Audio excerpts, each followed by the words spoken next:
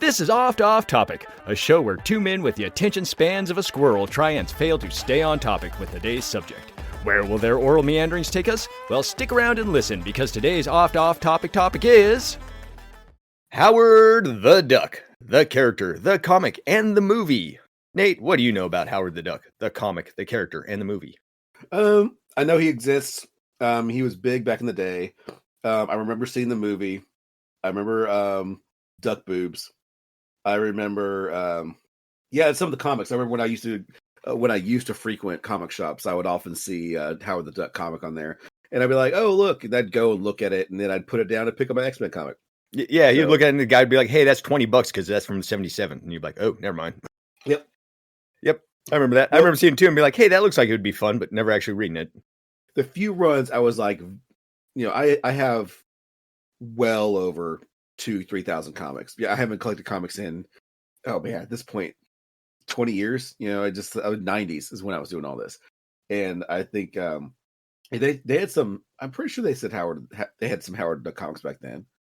Or maybe it was just a case. But I mean, I was all about some like Age of Apocalypse. When I was like, that's the last time I remember the big X-Men series. Really, truly collecting comics for a reason. Like, oh, I'm doing this. Yeah, it's because Marvel told us to, because they put really shiny stuff on all the covers. Oh, it's like, hey, limited edition. So, but I think we mentioned all this about the comic collecting of the 90s, all the fancy, steel covers and this and that. Howard the Duck's kind of responsible for some of this. We'll get into that in a couple minutes, actually. Awesome. Yeah. I remember the same thing as you. I definitely got sucked in by that stuff. And I was part of the reason. No, I take it back. I was not part of the reason why they crashed and went bankrupt. It was collectors who were buying, like, I'm buying this one to read, this one to keep. It was them. I knew people who did that too. I at least read the comics I bought. Thank you very much. Yeah, I also got a lot of flack from the same people who are like, you're getting fingerprints on it. It'll be worth nothing. I'm like, well, I'm reading it, dude. Shut up. I will admit I did that for a few of them. Like the ones I had a feeling that they would be big, I went ahead and grabbed a second version. Which is, I did the same thing, and it turns out everybody else had the same thoughts, so they're not worth anything because everybody has them. Exactly. It's that weird one obscure Casper comic, the Casper Wolverine crossover, something weird like that that's worth money. So, I remember all the same thing about Howard the Duck as you do. Movie, comics, duck memories, all the fun stuff. Weird clips from the movie that just kind of traumatize young children, and kind of that dumb song that they play at the end, Howard the Duck, which is oddly enough made by an all-star writing team. Also, it's going to be Howard's 50th birthday coming up soon in November, I believe. So, hey, happy birthday, Howard. Oh, he shows up in the latest Guardians of the Galaxy. I mean, I know he showed up in the stinger at the end of the first one. Was the first one? Yep, he actually showed up in the first one, second one, and the third one, and he was in Marvel's What If. Oh, he definitely was in Marvel's What If. He had an expanded, it was less of a cameo, more of like, he was a character in that. I mean, he wasn't the whole episode, but he was there for a bit. Yeah, he was a big part of it. When, T'Challa was talking to him in his little cube. Yep. Seth Green. Yay, Seth Green. Yay, Seth Green. We'll get talking about Seth Green in the role as well. So here we go, Nate. We're going to talk about Howard, his comics, and the 1986 movie, which, while not good, is actually the first ever Marvel feature-length film released in theaters. Heck, by the end of this podcast, you'll see how a psychopath mailing bird bones to the Marvel headquarters led to the Toy Story franchise. More on that later as well. So, this episode is actually going to be somewhat similar to a turducken. At the center of this is going to be the movie, or the duck.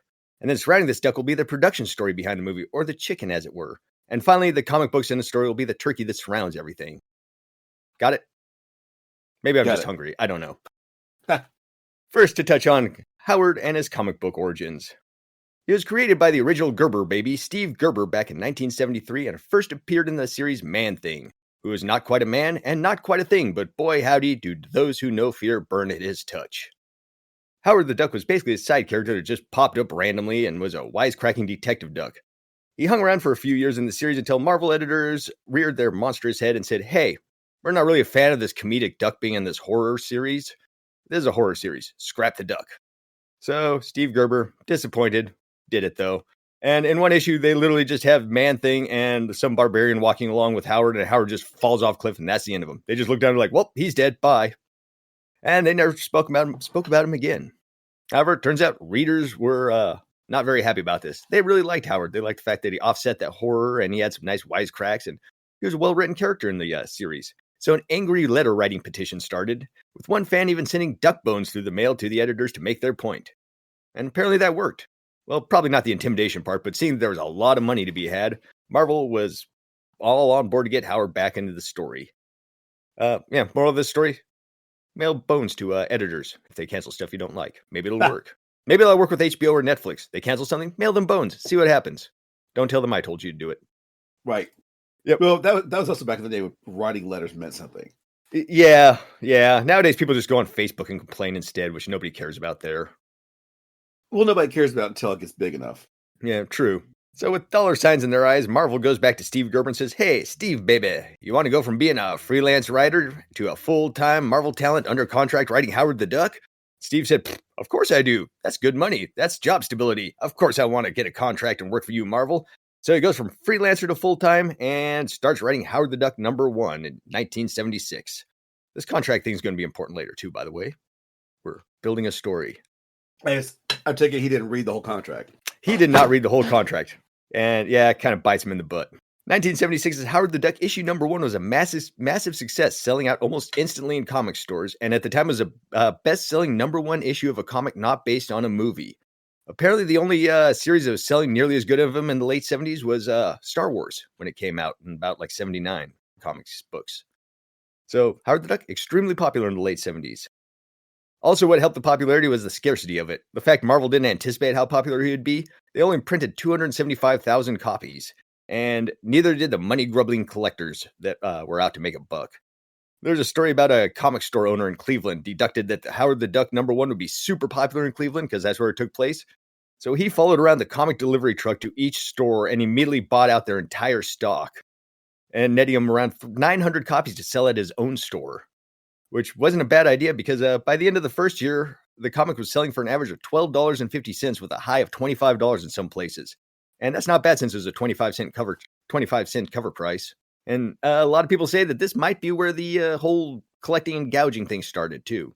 All from one dude named Jim Kovacs. He should be shamed for these actions. Boo him, I say. Boo! Boo. Yeah, but also, rumor is he might be the person who will popularize the comic book long box. You know, those long cardboard boxes that you stack the comics in? Rumor has it he's the one to popularize that. Weird. Well, I mean... Yeah, just fun side things you learn. You win some, you lose some. Fuck that guy. Yeah, fuck that guy. Because, he literally apparently just spent the entire day learned the publication truck that was dropping off all the comics at the various stores, 7-Elevens and whatnot. Just followed them around. I was like, hey, I want to buy all those off you right now. And, of course, employees who didn't care. They're just like, whatever. Dude wants to buy these. Makes it easier on my job. Yeah, last I heard that more recently. I mean... recently being relative. When I worked at GameStop when the Wii's came out, man, like parents would follow the UPS truck and like ask him how many Wii's they were dropping off of places. It was so in demand. And I just remember like we would put out there, hey, we're only expecting 4 Wii's, and there'd be 10 people outside. I'm like, do you not see the sign?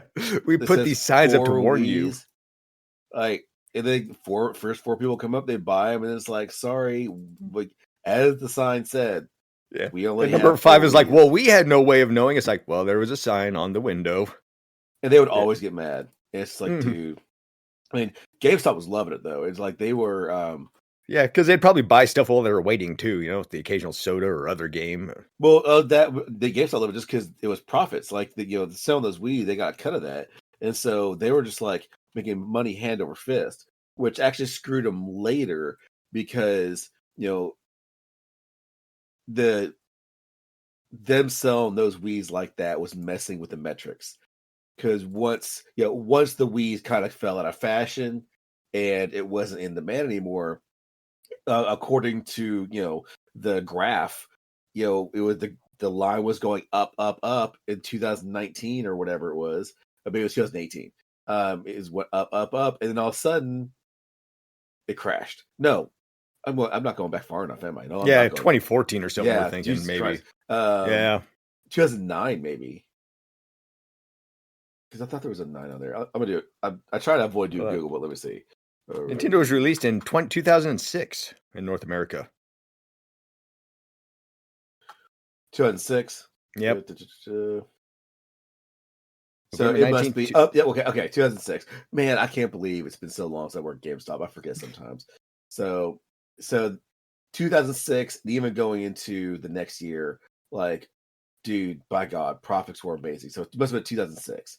2006. And they're Profits like, were amazing. this graph chart is obviously going to continue in this exact same pattern for the rest of time. And that's the thing about, like, I'm not sure if it's an American business or all business across the world, but basically it's like the whole premise is beating last year. It's always about beating last year. And I always That's get the corporation mentality. You got to Yes. get them shareholders happy. And I always get frustrated. And I was like, look, there's only a finite amount of people out there. Like, it's just who are, then you narrow it down for the people who are actually looking for this product you sell. And then depending on the product you sell, I mean, people aren't buying this all the time. People aren't buying a Wii, then come back later and buying another Wii. This doesn't work that way. And then you raise your hand, you bring that up, and the salesman's like, well, that's your job, sir, is to sell them a second Wii. And you're like, that's not how this works, dude. Yeah, and so, man, I just remember they got all upset. They're like, oh, our profits are down. Like, yeah, no shit, your profits are down because no one's buying the Wii anymore. Yeah, now everybody has one now. And man, I saw the death of GameStop long before I left. And I love saying I left because that's true. But that doesn't like imply that I was fired, which I was. But when I left, you can't fire me. I quit. Right. And the thing was, I got fired over such bullshit reasons. I mean, ultimately, it ended up a good thing. Like, I'm glad I'm not at GameStop anymore. Yeah, it's just they were very exploitative. I didn't really realize how bad it was until I was out. But man, yeah, I just remember going to the conference and they were just like, look at this graph. They were kind of like, well, we understand it was because of the Wii, but we really need to meet these numbers. Like, well, you're not gonna. Yep. Sorry about that. You're probably going to lose your job for setting them numbers a little too high, buddy. Yeah. Like, and I always say that, okay, here's our projection. Here's our stretch goal. Like, our projection is this, and it's fairly reasonable. And here's our stretch goal. And it's like unreasonable. Yeah. And then they're like, well, we got cut back. We didn't hit our budget. I'm like, well, because you're insane. Yeah. You thought you'd sell almost double than you did last year? You projected you're going to make 30 billion this year and you only made 8 billion, Yeah. I mean, pay attention to the number. Like, look at more of the graph. Y'all pull your heads out of your asses and look around. Yep. Zoom out a little bit on the graph. Yeah. And pay attention to who you're selling these to. It's just, it infuriated me. And of course, their whole model was selling used games. That's where the bread and butter was. And I always hated it because when I went in there, I assumed that the companies, Nintendo, Sony, they would get a small percentage of used games. No. Nope. Like they only got a cut of their new game, and after that, like all the profit was going to GameStop. So I don't know, man. It was and when gross. they lowball people for like $2 a game, and then immediately turn around and sell them for 15. And I don't want you to think I'm like, oh, poor games or poor Microsoft. I'm not saying that at all. I'm saying poor creators because Microsoft sure got a cut, but so did the creators who made the game. They don't get anything. Nope. If they sell them used. So yeah. Back to creators. Steve Gerber wrote a comic storyline in 1976 where Howard the Duck ran for president. And there's a story that this whole storyline got Howard enough write-in votes on the ballot that it actually showed up in the polling processes. Stanley even said so in one of the comic letters to the editor section.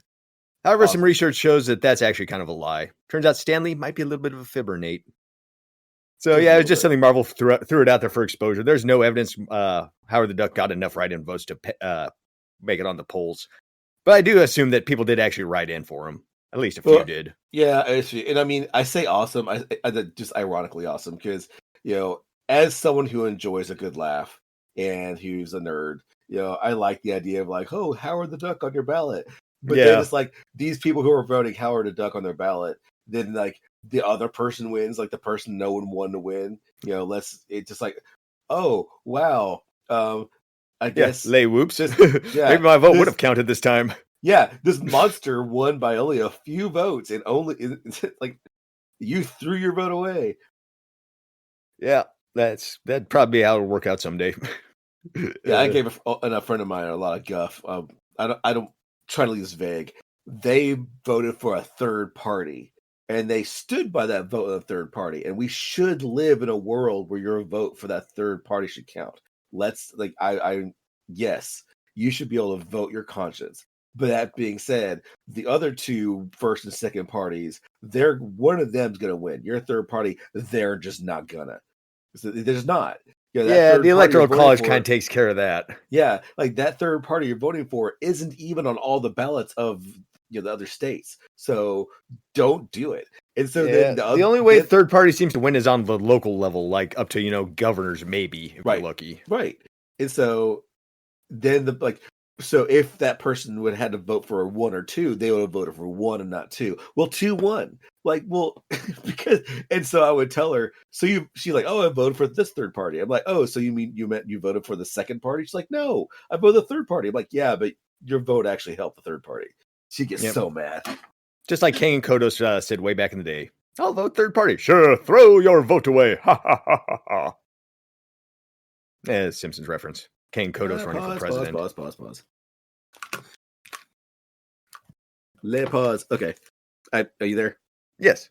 Okay. I was standing up, and you probably didn't even hear, but as I was sitting up, I yanked the cord out of my headphones, so all of a sudden it went dead silent, and I couldn't hear anything. Gotcha. So, nope. I don't think I was saying anything important during that time either, to be honest. Cool. 1977. Howard is popular as hell, and all of a sudden Disney comes calling with their Donald the Duck trademark in hand and says, we're here to sue. How about that? Long story short, Disney didn't like the fact that, two-legged talking duck was a little close to Donald, so they told Marvel that they needed to change him up a little bit, and Marvel did eventually agree to follow a set of rules when drawing Howard, so he didn't look so much like Donald. Essentially, they wanted Marvel to put pants on Howard and change the shape and color of Howard's head, bill, feet, eyes, toes, and feathers. So, pretty much everything. Marvel said, okay, we'll do that. And that same year, actually, that the lawsuit was going on, Howard the Duck's still incredibly popular, so Marvel wanted to strike while the iron was hot and greenlit Steve Gerber to do a comic strip for the newspapers. So right now, we got a comic book and a newspaper strip that Steve Gerber's doing. And while this was good for fans of Howard the Duck and Steve Gerber because he got more money, it was eventually going to be his downfall. Because you see, Steve Gerber was not good with deadlines and was prone to turn in his work at the last minute possible. And while Marvel was able to work around this with the comic books a little bit, newspapers were absolutely unwilling to work with a late thing because they need to be on a very strict schedule. Very strict. Yeah, because they got to be out daily at 6 a.m. in the morning. And they basically, the newspapers went to Marvel and said, this ain't working. Get rid of that guy. So they did. Yeah, it's like, look, man, we have a deadline. We're not going to stop the presses because Howard the Duck's late. Yeah, right. And Marvel, they're only printing a few 100,000 issues or something. The New York Times, who's waiting for Howard the Duck, is printing millions of issues. So that's very understandable. There's a lot of money there in the newspapers, especially back in the 70s. But that's probably the last time it was profitable. Yeah, honestly, actually, what really killed off newspapers? Craigslist. And that's because people start advertising on Craigslist instead of the newspapers because the newspapers' classifieds, huge source of revenue for the newspapers. Massive. Yep. Advertising in newspapers back in the day was super expensive too, like $100 for a weekend ad in the Seattle Times kind of stuff. But that's what you had to do back then because there wasn't much else. Then Craigslist came along, you could list all that stuff for free, and newspapers said, well, shit. Because apparently from what I've heard, they made more off of the classifieds than they did off their advertising usually. Well, that makes sense. Gerber is released from the comic strip. Gerber was pissed. So he decided to go make a big public stink and tell everybody how dumb that was and how much he hates Marvel for it. In fact, he made such a big stink about this that Marvel said, you know what, screw it. You're out of here too. We're done with this. Bye. And they fired Gerber. Gerber was even more pissed over this. And only 4 more issues of Howard would run with Gerber gone. People apparently said that the quality of the series took a major nosedive, and that's pretty much the reason it got canceled. Same with the comic strip. It would get canceled shortly thereafter as well. And Howard the Duck would basically just hang on in 1979 for a brief 9-issue magazine series that ended in 1981. And then it would be another 5 years before he'd show up in another comic book. This magazine also was the first time he had sex with a human being. Fun side note. Why? Because it probably sold a lot of issues. People want to see duck on woman action. Want to see something that's kind of bestiality, but not really? Yeah, exactly.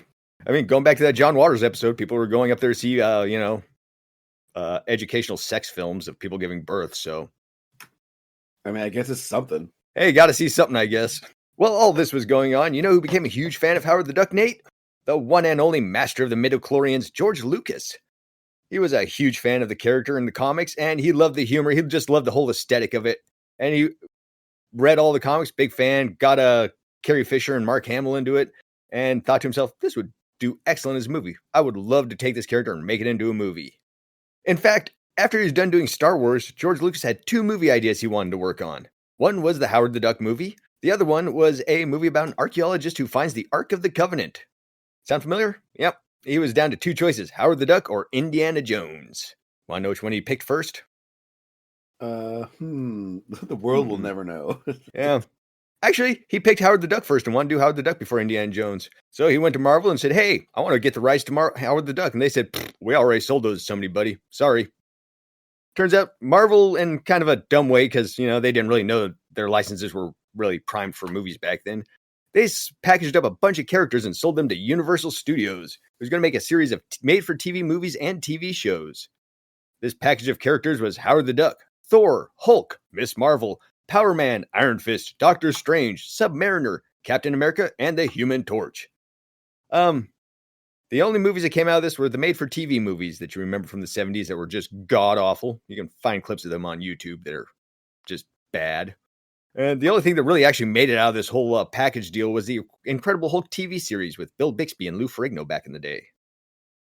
That sad. Which, looking back, are also kind of bad. But I mean, it was bad, but it was popular. So right. I mean, yes. And I remember watching it and being like, "Ooh, a Hulk TV show, neat!" As a little kid, and watching and being like, "This is boring and dumb. I don't like this." But also, I wasn't really the target audience. I don't think back when I was 7. I didn't see. I think I missed a lot of the TV shows. I did see the TV movies, though. The TV movies they did weren't great, but they also were better than the TV show. Yeah, the TV show is like, I still remember. What was it? This one where, it was a movie too. Like Hulk went on trial, and he had to they put Bruce Banner, or was it? That was like the trial of the Hulk Banner. in like 85 or something like that. So it was a movie. Okay. Yeah, so, I think it was like a made for TV movie. I mean, some of the shows were just like, oh, I want to buy a used car. This guy's kind of a dick to me. I'm going to turn to Hulk now and throw a bunch of stuff around. And it's like, as much as Lou Ferrigno is impressive, I mean, he would handily hand me my ass, but he's not something you're going to run in terror from the instant he gets mad, really. Yeah, I mean, if he showed up in New York now as Lou Ferrigno, like Hulk, like let's full green Hulk Lou Ferrigno from the 70s, and he started rampaging downtown, it would be very unimpressive. I mean, it would be extremely unimpressive. He flipped a car. Oh no! He broke apart that particle board. Oh no! He threw that water cooler at somebody. Oh no! Look at the strength. He threw a 30-gallon jug of water. Woo! So yeah, I mean, they did what they did. That they did what they could with what they had back in the day. It's just, I mean, it's not like this was a high budget thing. This was very Yeah, I mean, say what I didn't see very much of that Hulk show. I saw maybe 3 episodes, and I was like, ugh. Yeah, I just remember. And the Hulk only showed up for like maybe 5 minutes at the end. Usually, it was usually Bill Bixby walking around trying not to get mad. Then he got mad, and it's like, put Lou Ferrigno out there. When I'm angry. Yeah. Yeah, I mean, it's like, well, we don't like you when you're angry, but we're not really terrified of you when you're angry either. If you get mad, we'll just jog away because you don't look that fast. So Howard's rights are wrapped up with Universal Studios, and Lucas turns his attention to Indiana Jones instead. Naturally, as fate has it, almost right after Lucas gives up on Howard, his rights become available again. Universal Studios had major shifts in management. As cost-cutting measures, they gave up on the Marvel licenses. So Marvel's got all these licenses back, and they know there's some interest in Howard the Duck because George Lucas came asking about it. So they immediately flipped that license over to Celluloid Productions. Celluloid spelled with an S, not a C like you would think. They were known for, apparently at this point, for 2 things. How to teach your baby to read and how to teach your baby encyclopedic knowledge, which appear to be those deals with a flashcard you shove in your kid's face while tape plays in the background. Remember those where you're just like, say this! And then you're just staring and you're like, huh? Yep, apparently that is all they're known for at this point. And here they have the Howard the Duck license. They did have a plan for Howard the Duck, though. It was to be an episodic radio show that would broadcast on syndicated rock stations across the country and would soon be followed by a feature-length movie. Who would play Howard the Duck? Why, none other than Jim Belushi, who at this point was mainly known for co-starring with Michael Keaton in the show Working Stiffs and playing Burt Gunkel on the Scott Baio-driven Who's Watching the Kids in the late 70s. Also, I just realized if you say change the name from Who's Watching the Kids to Who's Watching the Children, it sounds a little more malevolent. It does. Yeah. Which Belushi was this? Is this the one that died or the other one? Nope, this is the less talented, more assholey one, Jim. There's some stories about Jim Belushi not being a real nice guy to be around. You're talking about the one who died? No, John Belushi, the one that died, apparently was a cooler one. They might have both been D-bags. But yeah, Jim is the one that was in K9 and... okay. Yeah. He's the one I'm more familiar with. Yeah, he's the one we're more familiar with because, he was alive during the 80s and 90s. He was in Raw Deal and stuff with Schwarzenegger. Right. I mean, he was entertaining in the movies as far as I know, but I was never like a huge fan of his. Oh, by no means. I would never even give him a thought until he just happens to come up in conversation. Yeah, he plays a good smarmy jackass usually, but that's kind of because he is a smarmy jackass in life. Smarmy jackass who gets the girl somehow. Yeah, somehow, right. When Jim Belushi was hired for the part, he even did some test reads, and rumor have it there's even an entire episode that was recorded but never released, and no one can really verify that. It's probably been lost to history, would be my guess. Celluloid was far enough in the process that they even hired a movie production crew, including hiring the dude that did the Wookiee costumes from the Star Wars Holiday Special.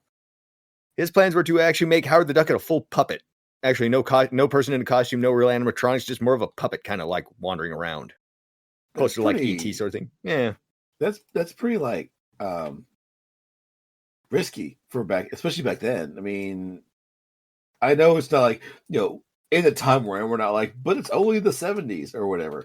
I mean, but it's only the 2000s. But I mean, come on. Like, I don't know why they thought they'd have the technology to make that any more convincing. Yeah. No one in there. Yeah, especially with a small company like Celluloid that probably doesn't know what they're doing. Because, George Lucas, at least he's got some pedigree or some big studios, but... Well, I don't even think they want to do that now. They'd be like, oh, why would we do that? We can just use CG. Like, nowadays it'd totally be CG unless they were going for like some puppet aesthetic. Well, even still, like, to have a life like, I'm not saying there wouldn't be, I'm sure they'd make some amazing progress, but ultimately, like, I can't imagine a fully working robot would be convincing enough to prove it's like an actual character. I mean, yeah, it's a duck, so there's going to be some suspension of disbelief, but I don't know. I think they shot for the stars and missed. Yeah. Well, project didn't make it that far anyway, so because for reasons unknown, it went nowhere. Project was canceled. Everybody fired. Well, the problem was like not unknown. It probably just exactly what I said. Like, oh wait, this is awful. Yeah. Never mind. Yeah, or maybe Jim Belushi slept with the producer's wife. Who knows? Allegedly. Yeah. Allegedly. We'll just throw that in case he's listening. Around this time, Steve Gerber gets wind of the fact that Celluloid has the rights to his character, and he's like, hey guys, that's my character. I need either some money or some creative control, or both preferably. So, go get them, lawyers. So he sent his lawyers after Marvel and Celluloid and was like, hey, I need to be part of this. And apparently this lawsuit actually was kind of the first of its kind where a creator was suing over a company doing something with the rights of his character he created against his will. So basically, the entire comic community was really interested in this whole lawsuit.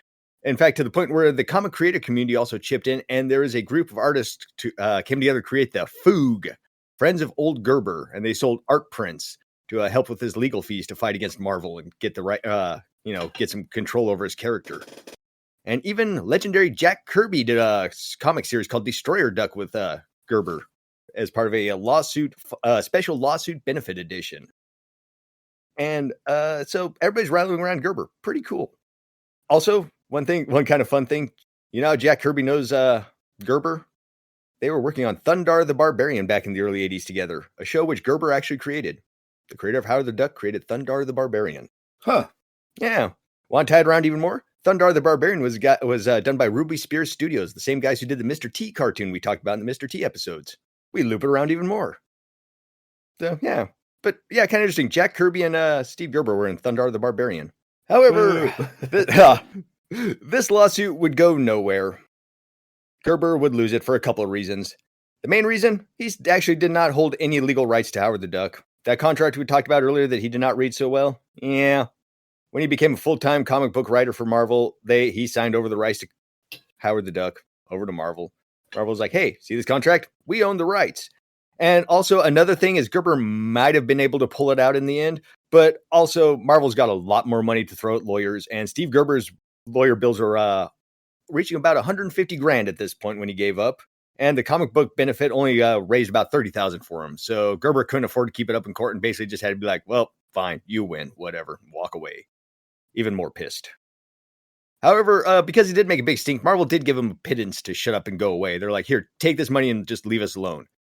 No one really knows how much it is, but if you listen to Gerber, some of the interviews around that time, it was not much.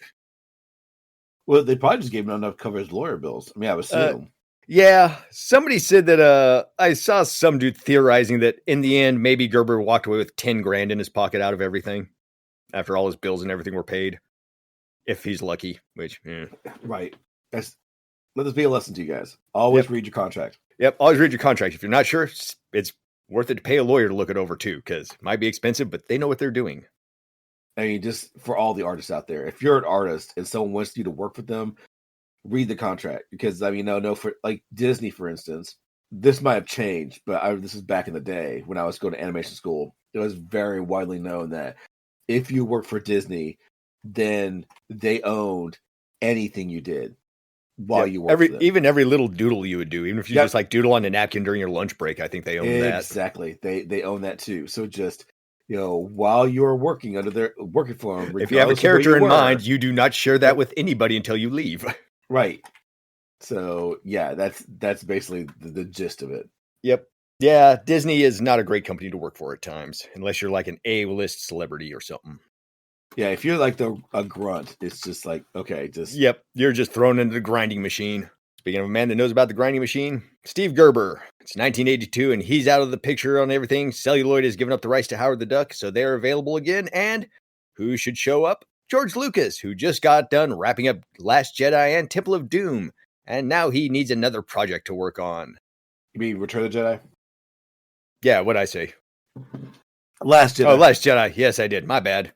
I even wrote down Last Jedi. So Lucas yeah, totally different movie. We fast forwarded many years ahead. Good 35 years too far ahead. So Lucas gets together with his friends Hike and Katz, a married couple who had worked previously with Lucas as writers on American Graffiti and Temple of Doom, and they were also worked on Star Wars, the original Star Wars, as uncredited script doctors. Apparently, it is well known that they're the ones who wrote the majority of Princess Leia's snarky dialogue. So if you hear a Leia one-liner, it was probably written by Hike and Katz. This, because this trio has such a nice pedigree, it's George Lucas and his buddies who worked on Star Wars and American Graffiti and Indiana Jones. They go up to Marvel and they're like, hey, can we buy the rights to Howard the Duck? They're like, you guys are so talented and awesome and such a big name. We're just going to give you the rights and let you do whatever you want with the movie. Now go make us proud. And George Lucas was like, right on. I like this. I like where this is going. And then the trio said, hey, we got these movie rights in hand. We're going to go see what studio would like to buy this idea off of us or, agree to produce it. And Universal immediately just popped out screaming, us, for the love of God, please let us do it, George Lucas. Oh, for the love of God, we love you so much. The reason that they were so excited over this is because they actually passed on Star Wars a few years prior because they were concerned about budget problems. So they were like, nope, George, we don't want to do Star Wars. And they realized how big they messed up, and they did not want to mess up a second time. They messed up again in a different way. Yes, they did. So they literally were just like, George Lucas movie, how can we go wrong? Well, there's a few ways it could go wrong. First of all, George Lucas, he wanted to see the Howard the Duck movie made, and he kind of wanted to be a little bit of a producer and help out with it, but he didn't really want to make the movie. He was just having a lot of burnout because he just got done with Star Wars franchise and was working on Indiana Jones and all sorts of other stuff, busy with Skywalker Ranch. And he basically just wanted to be like, hey, I'm going to get this all set up, hand it off to my buddies Hike and Katz, and let them do everything. It'll be their movie. They can have autonomy. But Universal was like, George, we need your name on this. This is why we bought this from you. We need your name here. And George was like, all right, I really don't like this because it's going to cheapen, my friends' contributions to all this. But I guess if we have to, we have to. All right, fine. What Gene? They should have seen that coming. I mean, Universal, like you just said, very clearly, we missed on Star Wars, so now we went on this. We went on your next project. And so, yeah, I mean, if I was Universal, I'd be irritated. Like, okay, we signed this dude because of who he is and what he's done, and he's going to turn around and hand it to some other people? That's fucked up. Yeah, pretty much. Yeah, this Universal, I could see how that would be too. Be like, no, George Lucas, you're the one that sold it to us along with your friends. You're part of this. And also, Universal was right too. That George Lucas name on the top of the marquee, that was gold at that point. That was literally right up there with Spielberg's name being on something. You're just like, Lucas movie? How can we lose? Of course we'll go see it. It'll be great fun for the whole family. Right. And walking out, what the hell did we just see? George Lucas just said, okay, fine, put my name on there. And the trio sat down and decided to work out their idea for Howard the Duck. Their first idea, best idea of all, sounded pretty awesome. A fully animated, gritty film noir style movie where Howard the Duck goes around solving crimes and making wisecracks along the way. Lucas, Hike, and Cass all agreed Howard would make the best as an animated movie. No live action, all just completely hand-drawn, good old-fashioned style animation. And their instincts were correct. Their instincts were 100% correct. I would have loved to see that. Because as you're describing that, I was picturing Howard the Duck in the style of the Spawn cartoon from HBO back in the day. Oh, yeah. That would have been really good. That would have been good. I was picturing almost like a Howard the Duck meets Sin City kind of thing in my head for some reason. Well, even that, I mean, yes, the Spawn show wasn't that kind of show, but there were times when he was when Spawn was doing the inner monologue, it was that kind of thing. So yeah, you'd same thing like Howard the Duck, on top of building on a rainy night, narrating himself kind of thing. It's just like a really atmospheric, cool setup. Yep, I dig it. That's what I picture too. Just something really nice and artistic flair. So Universal did not like this idea. They scrapped it right off the bat. Main reason because this was the first half of the 80s and animation was kind of at a low point of all time here. Disney wasn't making anything good, really. Don Bluth was just starting out and had Secret of NIMH, but All Dogs Go to Heaven was a few years out. DuckTales quality Saturday morning cartoons was still a way off, and we were still kind of rooted in the Hanna-Barbera level of animation that people were stuck in. So that's kind of what everybody just associated cartoons with. Is like, it's going to be like a Hanna-Barbera thing. And Universal was like, no, that sounds cheap. We don't want to do that. We need something that's going to be a big budget, a huge budget, something that'll wow people, and animation won't do that. Plus, animation is expensive. We would lose a lot of money. Yeah. And another reason Universal wanted this to be live action, apparently, due to a contract he signed in the early 70s, Lucas actually owed Universal a live action film. Yeah, back in 73, he signed a 3-picture deal with him, and one of it was he had to release another live action film with him. So Universal pulled out that Uno reverse card and was like, hey, look at this. You have to make this live action. So Lucas said, all right, cool. We got to do some live action stuff. Their next plan was to harness the power of Lucas's new computer animation division, the Graphics Group. Remember when graphics was kind of like a cool buzz term that made you think of computers? Yes. The Graphics Group was to bring Howard the Duck to life as a CGI character alongside real actors. And as you can guess, the tech was not up to snuff for the time. In fact, the early CGI tests were so bad that the crew was fired immediately because they were just like, this ain't working. You all get out of here. And not terminated. They were lit on fire. They were literally lit on fire. They were put out in the parking lot, doused in gasoline, and the whole thing was recorded with a soundtrack put to it by John Williams. And they play that at orientation ever since then at the Lucasfilm Studios. Be like, you fail, this is what happens to you. I was thinking more of the yakety sack playing over.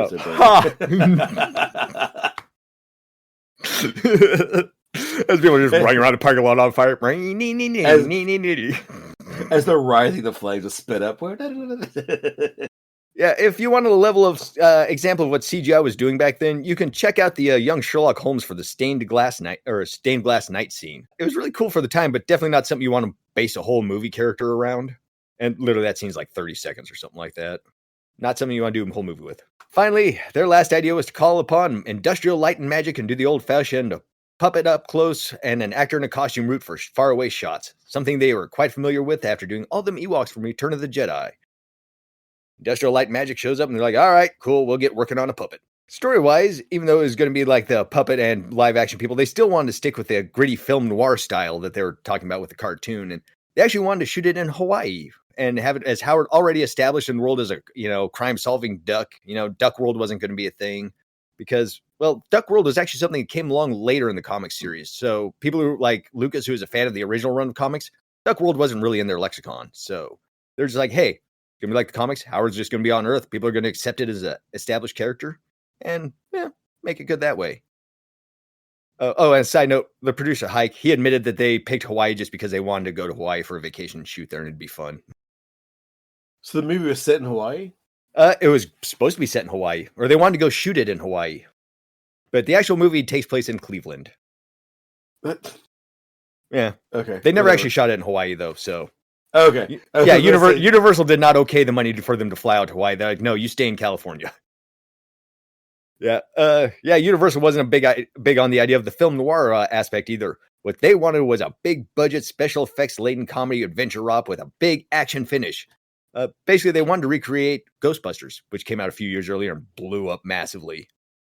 Because Universal, they just sat down and were like, hey, man, a Ghostbusters style movie with George Lucas heading it, that can only mean massive amounts of money, the likes of which we've never even thought of before. Again, that did not happen. Yeah, right. And they did, however, when developing the movie, they brought in Steve Gerber to give in some input on the movie. And here's kind of where revisionist history kicks in. And this actually happens a couple times with the movie. Like, before the movie was released, Steve Gerber has some interviews. He's like, yeah, man, I'm working on this Howard the Duck movie. They're listening to my input. They're taking it all good. And this is probably going to be good. I think I can get behind this and endorse it. After the movie was released, though, he would basically distance himself from the movie, like, no. They didn't listen to a damn bit of my input. None of that is on me. That's all on them. Which is kind of something that happened with pretty much everybody involved in the movie, because everybody thought this movie was going to be a huge hit when it first came out. Take a large step back, like, whoop. Yep, exactly. Ooh, no. I never thought that would be big. They all lied, though. So, after everything is hammered out, in August 1985, the movie was announced and given a $30 million budget, which was the same as Ghostbusters, or about $80 million in today's cash. It was marketed as the next big thing is from George Lucas, Indiana Jones, but with a duck. And Lucas, again, wasn't a fan of this because they're basically just making it sound like he had all sorts of control over it, which he really didn't. Apparently, stories vary, but I guess he was only on set for like 2 or 3 days, and most of his work was like just over the phone advisement, them calling him and be like, hey, you got any advice for this, George? And be like, try this. So he really wasn't in that movie that much. It was kind of like one of those things like, let's call him up so we say his advice. Yeah, pretty much. Hey, George, should I wear my black shirt with jeans or should I wear my red shirt with jeans? Like, I think you should do the black. Thanks, George. Or possibly something even more banal, like, hey, George, in the meeting room, do you know where the coffee filters are? I think you were the last one to have them the other day. Like, oh no, well, I'll send a courier over to give you some more coffee filters. Thank you. Executive producer. So now on to the production, crew, and casting, which is a big ordeal by itself. First problem was Howard's animatronic puppet itself. See, the crew had been working on it for 7 months, and then with 3 months left in shooting, they realized they had like nothing done on this puppet. In fact, they had they had 7 months, and they still basically really had nothing. And they realized they had 3 months left and said, oh crap, we need to get a fire lit under us. Yeah, I don't know how you go 7 months and barely have anything going. Yeah, but they weren't trying. I mean, the only excuse I could say is like, it wouldn't stop rampaging. Okay, yeah, well, fine. Yeah, I get it. I can see why you're having problems. But otherwise, 4 foot Howard the Duck costume is just kicking everybody's ass. We've lost 12 people so far. We need to stop. There's just this giant barred up door on the studio. It's like, don't open, duck inside. Every iteration gets thrown in there. We don't deactivate it. We're hoping they eventually will kill themselves. But I think they're starting to work together. Yeah, right? We think they're actually making plans together. This isn't good. So this is actually where having George Lucas as a friend came in handy, as this one time they called him up and like, George, help. So he sent out some buddies of his who were actually really good at working on puppets. First was Tim Rose from the Star Wars franchise. This was the dude who's in charge of all the close-up shots of Admiral Akbar and Salacious Crumb, and the oddly fuckable Sice Noodles from the band in Return of the Jedi. Second was another man who is an amazing animatronic creation. I think that says more about you than Sice Noodles. Oh, it absolutely does. Yeah. I think you just leaked out what your type is. Oh yeah, I know. I could just picture my parents back in like 1987, be like, "Wow, he's sure watching that one part of this movie a lot." Damn. we're running low on lotion and toilet paper all the time. Sean, where are all the Kleenex going to? Good God, that was like a box in a day. Why is our tape worn out from rewinding it so much at this point? Hey, check out this Playboy. I don't know if her body was rounder and had longer legs and arms. I don't need her mouth to be a lot longer. Like she's trying to drink something far away. Okay. Yes. You're pretty much right on, actually. So, moving on from my perversions. Second man that Lucas summoned by his black magic was another amazing animatronic creator, Tad Jnosky, who created Hoggle from Labyrinth.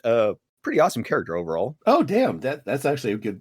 Yeah, so basically, pretty, Howard the Duck at the last moment was put together by the dude who did Admiral Akbar and Hoggle. That's I would Nice. consider that an all-star team. Oh, yeah. I mean, Yep. Hoggle is badass. I love Hoggle. Yep, and they both use the exact same setup that Howard the Duck did, which was, puppets for, like animatronic puppets, really up close shots, and a person in costume for far away. So these guys knew how to get that done. I think this is a fine and dandy place to take a break with this episode. Tune in next week when we continue our Howard the Duck talk, where we discuss what Oscar-winning actor was slated to play Howard, which cast member was set on fire, Nate's favorite turtle, and find out why one of the actors was banned from the movie premiere for the stupidest reason you can imagine. You'll want to be here for that. It's really something, trust me. All that and so much more on the next Oft Off Topic. This is where the ending jingle goes. This is where the ending jingle goes. I don't know if we need one. I don't know if we'll get one. But if we do, then here is where it goes.